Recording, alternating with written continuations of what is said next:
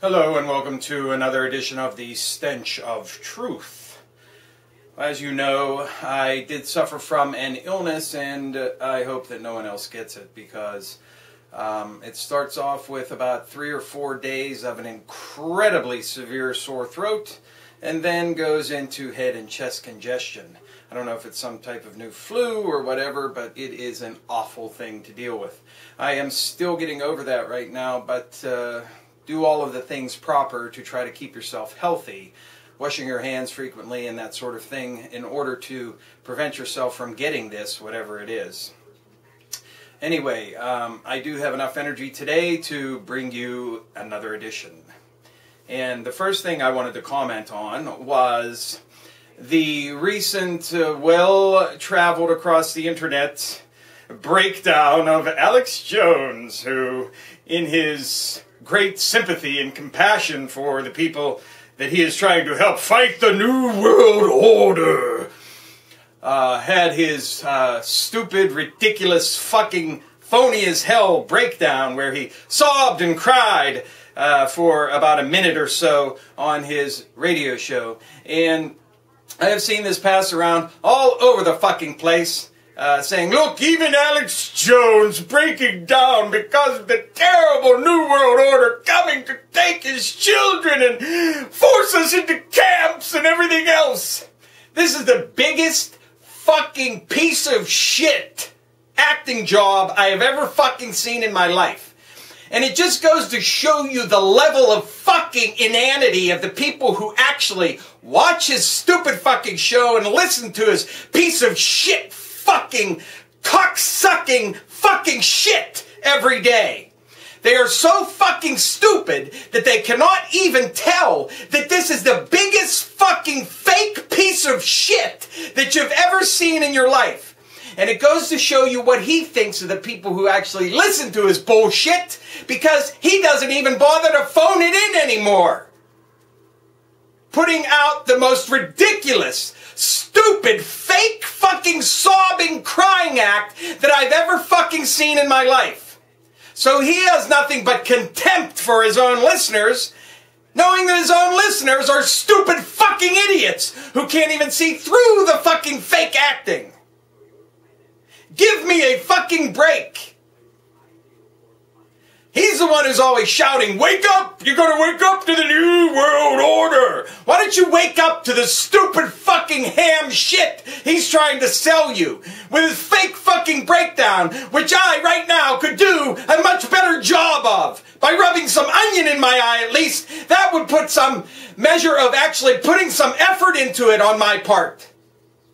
Whereas he doesn't even bother to fucking do that anymore. That's what he thinks of you. Because he knows you're a bunch of stupid fucking morons. Or at least that's what he thinks of you.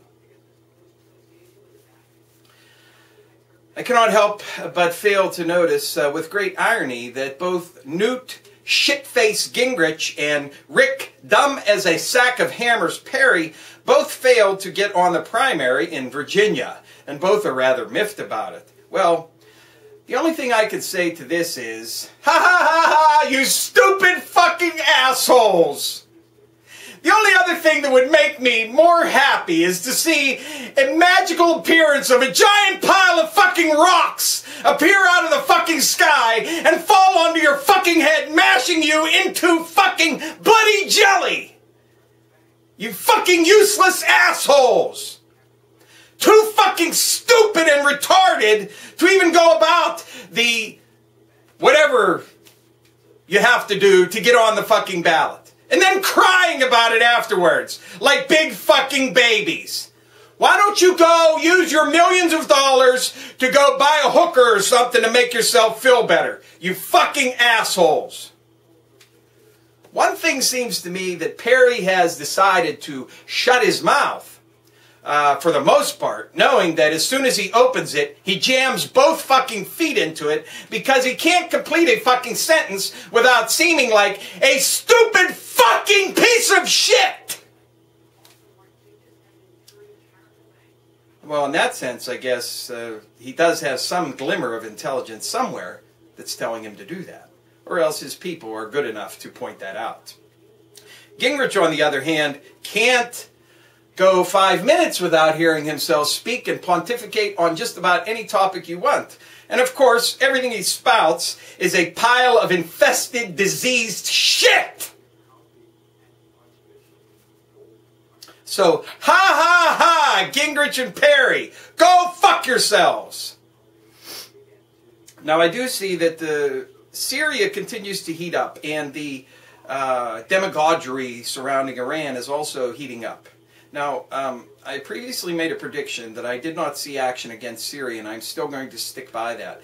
Even though there has been repeated reports of NATO activities in the area surrounding Syria, and we've had the Arab League move in with observers to determine whether or not there is anything actually going on in Syria that would necessitate any kind of actions further along the lines of whatever, sanctions or whatever. Iran, however, has threatened to close the Sea of Hormuz, the Straits of Hormuz, to prevent the flow of oil, and the U.S. has issued, of course, their threat against Iran, do not do it or we'll blow up the whole world.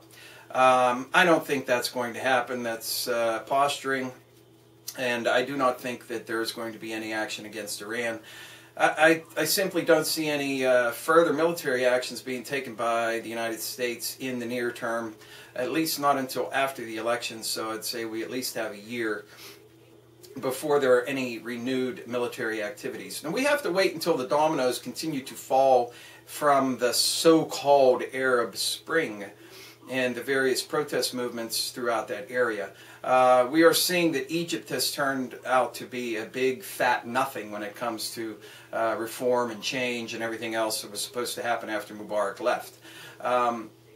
And I imagine that Tunisia and Egypt and all of the other countries where this activity is going on are going to fall in the same line, because if they do not fall within the sphere of the oligarchy of the West and or the international banking syndicate, which seems to be the driving force behind all of these movements in one fashion or another, then whatever kind of system that they're going to put into place is going to continuously be destabilized.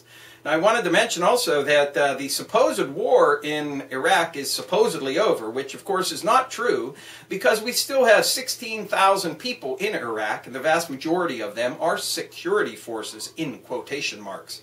Now, if that is not equivalent to a small army, I do not know what is.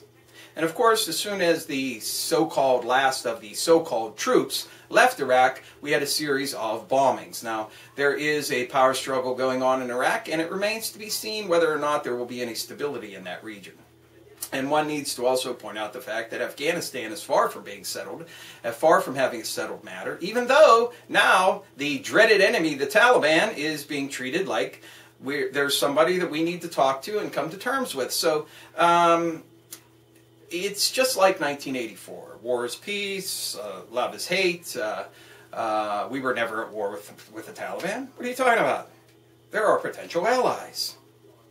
So you don't hear much about Al-Qaeda, except when it comes to the National Defense Authorization Act, which says that Americans can be held in military custody forever without any charge, due process, constitutional rights, or anything else by the military forever if they substantially assist any terrorist group. And of course, the government can decide what a terrorist group is and what substantial support is. Therefore, that means that anybody, anytime, anywhere can be thrown into a military prison without any charges, without any oversight, without any due process, without any constitutional protections, kept there indefinitely without anybody knowing anything about it and never being released and never have to answer any questions about it. Not to mention the fact that if you go out of the country, you can be murdered by the president simply by writing your name on a slip of paper, and no one gets any oversight over that as well. So thank you again, Obama, and thank you again, everybody in Congress, for shredding the Constitution once again, which goes to prove exactly what I've been saying for a long time now, that the Constitution is a worthless piece of fucking paper,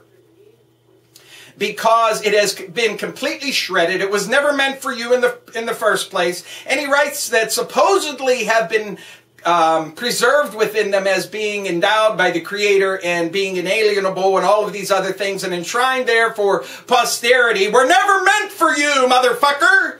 They were only meant for the rich and powerful, the people who can actually buy their way out of trouble. Because that is exactly the way the criminal justice system works in this country, and that's why it's called the criminal fucking justice system. Because it's run by fucking criminals who make criminals of everybody who cannot buy their way out of fucking trouble. The Constitution never applied to you. If they chose to use it to your benefit, they did it because they wanted to, not because they had any fucking obligation to fucking do so. This is just further proof that the Constitution is a worthless piece of shit. So I wish people would quit talking about going back to the Constitution, because we never had a constitutional republic except for the fucking rich in this country. Period. End of fucking discussion. If you want to establish a constitutional republic where everybody is covered by the Constitution, you have to have a new fucking revolution in this country. That is a fact. Now, also in the news, we see that President Obama, whose middle name should be Bush, has nominated Jerome Powell from the Carlyle Group to be a member of the Federal Reserve Board of Directors. Oh, well, the Carlyle Group, owned by the Bin Ladens and the Bushes, and instrumental in 9/11 and many other nefarious deeds with KBR and Halliburton and all the fucking rest of them, shady CIA operations and what have you. And here you have Obama, Mr. Change and Hope, Mr. Bring About everything else that's wonderful and kind and good and sweet and sugar-coated for everybody in the world, nominating the same old insiders to positions of power and authority. So this is just another example of how Obama is a right-wing Wall Street stooge who was packaged with a Marxist legend so that people on the right could tout their bullshit nonsense of Marxism, socialism, blah, blah, blah, blah, blah, blah, blah, blah, blah, vomit out of their fucking ass to sell their fucking stories and do everything else, while he has the perfect cover to go about the right-wing dismantling and destruction of everything that was ever even slightly good about the corporate plantation of the United States. I hope you enjoyed the payroll tax cut crisis, which was another circus back and forth, supposedly delineating the lines between the right and the left, between the Democrats and the Republicans for the upcoming elections, so that it can once again reel you in to be involved in the chicanerous, lying scam of elections and voting. Like there is any difference between any of these people. And the only reason you have the clown show of the Republican Party, whereas all of these people have to act like the most ridiculous automatons on the fucking right, who might as well come out and say, I want to fucking murder babies, eat their hearts live out of their fucking chests, and then take a shower in their innocent baby blood on national TV, while I kill a bunch of nuns by pouring gas on them and setting them alight and hearing them scream while I listen to music and eat dead baby. Because Obama is so far to the right that the only way they can be more right is to go to the extremes of practically being something from another planet. And this is what I've been saying before. So when you push everything to the right by Obama, to the extremes to the Republican Party, the only thing you're going to end up with is something really, really far right that means the destruction of anything that has any benefit to the middle class, to the working class in this country, and everything is going to be funneled once again to the banks, to the rich. Everything is going to be cemented in stone to prevent any kind of recovery for people and families and average people in this country. We're all fucked. We're all fucked. We're all fucked. We're all fucked. We are all fucked! Now, I wanted to note also that Obama appeared recently on 60 Minutes and asked about why there were no prosecutions on Wall Street. He had the temerity and the straight face to say that the reason there were no prosecutions was because what they did was not illegal. Which is the biggest fucking lie I've ever heard out of his mouth all fucking year. There was nothing but fraud and fucking chicanerous fucking illegal activity permeating the entire fucking Wall Street fucking sham. And he has the gall to say nothing they did was fucking illegal? Why don't you go commit fucking suicide, you piece of fucking shit? Sell your fucking shit somewhere else. Well, Alternet came out with the 7 biggest scams of the banking sector, and which totally belies what Obama is saying. And that I've written down here because I couldn't remember them all to tell you. But number 1 was the fraud closure robo-signing, where they had anybody anywhere sign mortgage papers that they made up out of whole cloth in order to foreclose on homes that they may or may not have owned, or that may or may not have been in a foreclosure status, which may or may not have had late or overdue payments. But that's not illegal. What the fuck? Number 2, pushing subprime loans. Now, there is this sort of idea on the far right that, oh, the people who didn't have the money to invest into a home shouldn't have bought the house. And somehow that's their fault.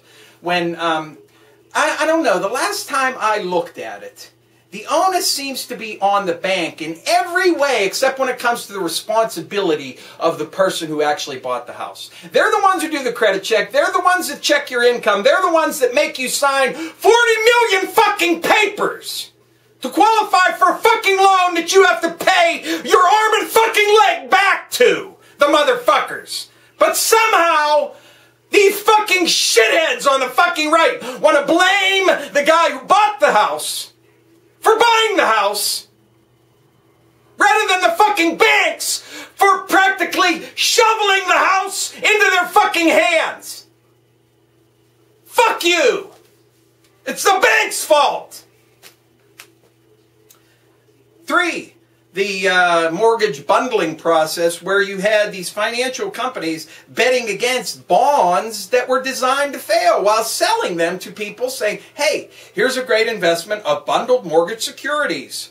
Buy this, you're sure to make money, while they knew that they were all pieces of shit crap, and they themselves bet against them on derivatives and insurance contracts, which precipitated the destruction of Wall Street and the giant catastrophe that happened in 2008. No, that's not fraud. That's like me selling you a car saying, here, this car works great. It's all wonderful. Check it out. And then I go and I get insurance on you wrecking because I know the fucking brake lines are all fucking cut. Yeah, nothing wrong with that. Fuck you.